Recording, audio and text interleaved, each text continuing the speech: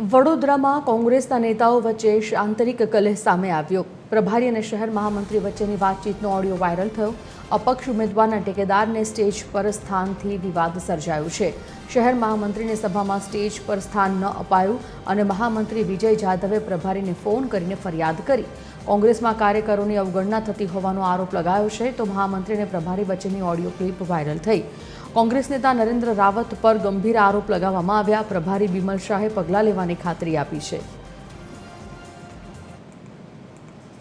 આવી રીતે અવગણના થતી હોય તો કોઈ મતલબ નહીં સાહેબ આની અંદર તો ના થવી જોઈએ અવગણના। તો પછી આજે માજી વોર્ડ પ્રમુખ કે પેલો જે મનોજ મકવાણા કે જેને અપક્ષના ઉમેદવાર પુષ્પા મકવાણાને ટેકેદારમાં એને સહી કરી હતી, આજે એ વ્યક્તિ સ્ટેજ પર બેસે છે અને અમને કોઈ પૂછવામાં આવતું નહોતું। અમે કલાક ત્યાં ઉભા રહીને અમને કોઈ પૂછતું નહીં, એનો મતલબ શું રહ્યો પછી સાહેબ?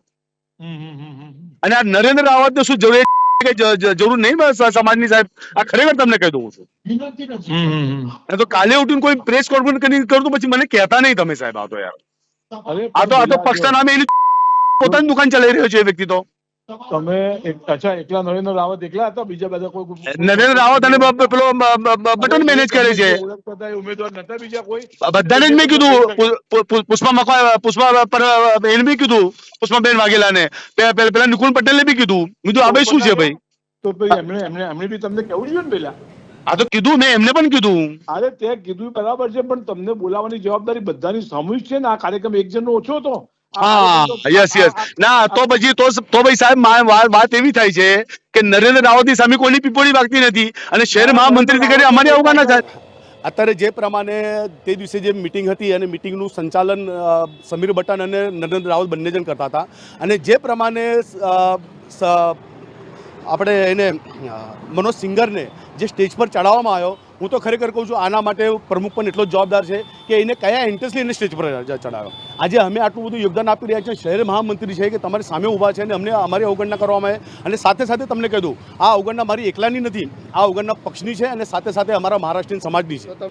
અમારા કાર્યકરો ચૂંટણી સમયે કોઈ નારાજ હોય ને કોઈ મહામંત્રી હોય, સ્ટેજ પર મળે ન મળે એ મોટું મન રાખીને દરેકે ચૂંટણીમાં જોડાવવું જોઈએ। જ્યારે આપ જાણતા હો કે ચૂંટણીની અંદર મોટી સંખ્યામાં નેતાઓ હોય, કાર્યકરો હોય ને કોઈને સ્થાન ન મળ્યું હોય અને એ પ્રકારની વાત કરતા હોય તો એ પાર્ટી માટે યોગ્ય નથી અને એ પદ માટે પણ યોગ્ય નથી। મેં એમને કાલ કીધું હતું, મેં કીધું મને ખબર નથી, હું તપાસ કરી લઈશ અને જેનું ધ્યાન દોરવા જેવું હશે એનું ધ્યાન પણ દોરી દઈશ। આગે બહુ મોટો ઇસ્યુ નથી, પરંતુ એને વાત ચોક્કસ કરી લઈશ। ના, ફરિયાદમાં કશું નહીં કે મને હું ત્યાં પહોંચ્યો, બાકીના લોકો સ્ટેજ ઉપર હતા, મને સ્ટેજ ઉપર ના બેસવા દીધો।